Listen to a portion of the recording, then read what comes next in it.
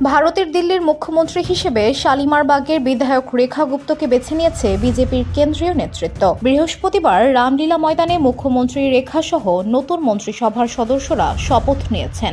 ভারতীয় সংবাদ মাধ্যম জানিয়েছে, এবারের বিধানসভা ভোটে চাঁদনী চক এলাকার শালিমারবাগ আসনে 3বারের আম আদমি পার্টির বিধায়ক বন্দনা কুমারীকে 29,500-এরও বেশি ভোটে হারিয়েছেন রেখা। 2015 এবং 2020 সালে এই আসনেই বন্দনার কাছে পরাজিত হয়েছিলেন তিনি। প্রথমবার বিধায়ক হলেও দিল্লির পৌরসভা ভোটে টানা 3বার জিতেছেন রেখা। শেষবার জিতেছেন 2022 সালের ডিসেম্বরে, কিন্তু তারপরই মেয়র নির্বাচন ঘিরে দেখা দেয় সমস্যা।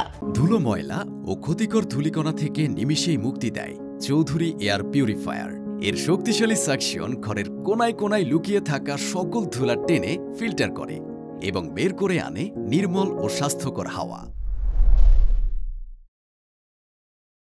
3বার ব্যর্থ হওয়ার পর সুপ্রিম কোর্টের হস্তক্ষেপে 2023 সালের ফেব্রুয়ারিতে মেয়র নির্বাচনে আম আদমি পার্টির আপ প্রার্থী শেলি ওবেরয় 34 ভোটে হারিয়ে দিয়েছিলেন বিজেপির রেখাকে। তারই 2 বছর পর সেই ফেব্রুয়ারি মাসেই রেখা গুপ্ত পাচ্ছেন দিল্লির মুখ্যমন্ত্রিত্ব।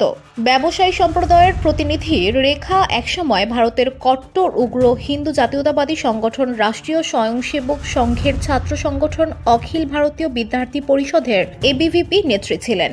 দিল্লি বিশ্ববিদ্যালয়ের ছাত্র সংগঠনের সভাপতি পদের নির্বাচনেও জিতেছিলেন তিনি। নয়াদিল্লি আসনে আম আদমি পার্টির আপ প্রধান অরবিন্দ কেজরিওয়ালকে হারানো প্রবেশ বর্মা বুধবার পরিষদীয় দলের বৈঠকে রেখার নাম প্রস্তাব করেন।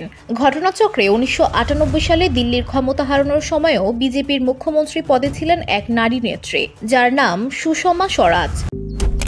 মালয়েশিয়ান প্রযুক্তিতে তৈরি অত্যাধুনিক cleaning machine modern vacuum cleaner যে কোনো ধরনের ধুলো ময়লাকে পরিষ্কার করে ঘরকে করে তুলুন চকচকে ও আকর্ষণীয়। Modem, brand of luxury. Sushma, Sheela দীক্ষিত, আতিশি মার্লেনার পরে চতুর্থ নারী মুখ্যমন্ত্রী হিসেবে দিল্লি পেল রেখাকে। প্রথমবারের বিধায়ক কি যে মুখ্যমন্ত্রী নির্বাচন করা যায়, পশ্চিমাঞ্চলীয় রাজ্য রাজস্থানে 14 মাসে আগেই তা করে দেখিয়েছিল নরেন্দ্র মোদী, অমিত শাহরা। বসুন্ধরা রাজে সিপি যোশীর মতো হ্যাভিওয়েটদের দূরে সরিয়ে তখন বেছে নেওয়া হয়েছিল ভজনলাল শর্মাকে। 27 বছর পর ক্ষমতা দখলের পরে এবার দিল্লিতেও প্রথমবারের বিধায়ক রেখা গুপ্তের উপরেই ভরসা রাখলেন তারা। এই রেখা গুপ্ত এখনো দিল্লি পৌরসভার কাউন্সিলর। অন্যদিকে টানা 10 বছর ক্ষমতায় থাকার পরও হেরে গেছে অরবিন্দ কেজরিওয়ালের আম আদমি পার্টি আপ। দলটি পেয়েছে মাত্র 22টি আসন। এমনকি কেজরিওয়াল তার নিজের নয়াদিল্লি আসনেই বিজেপি প্রার্থী প্রবেশ বর্মার কাছে পরাজিত হয়েছেন। VOD Bangla news desk.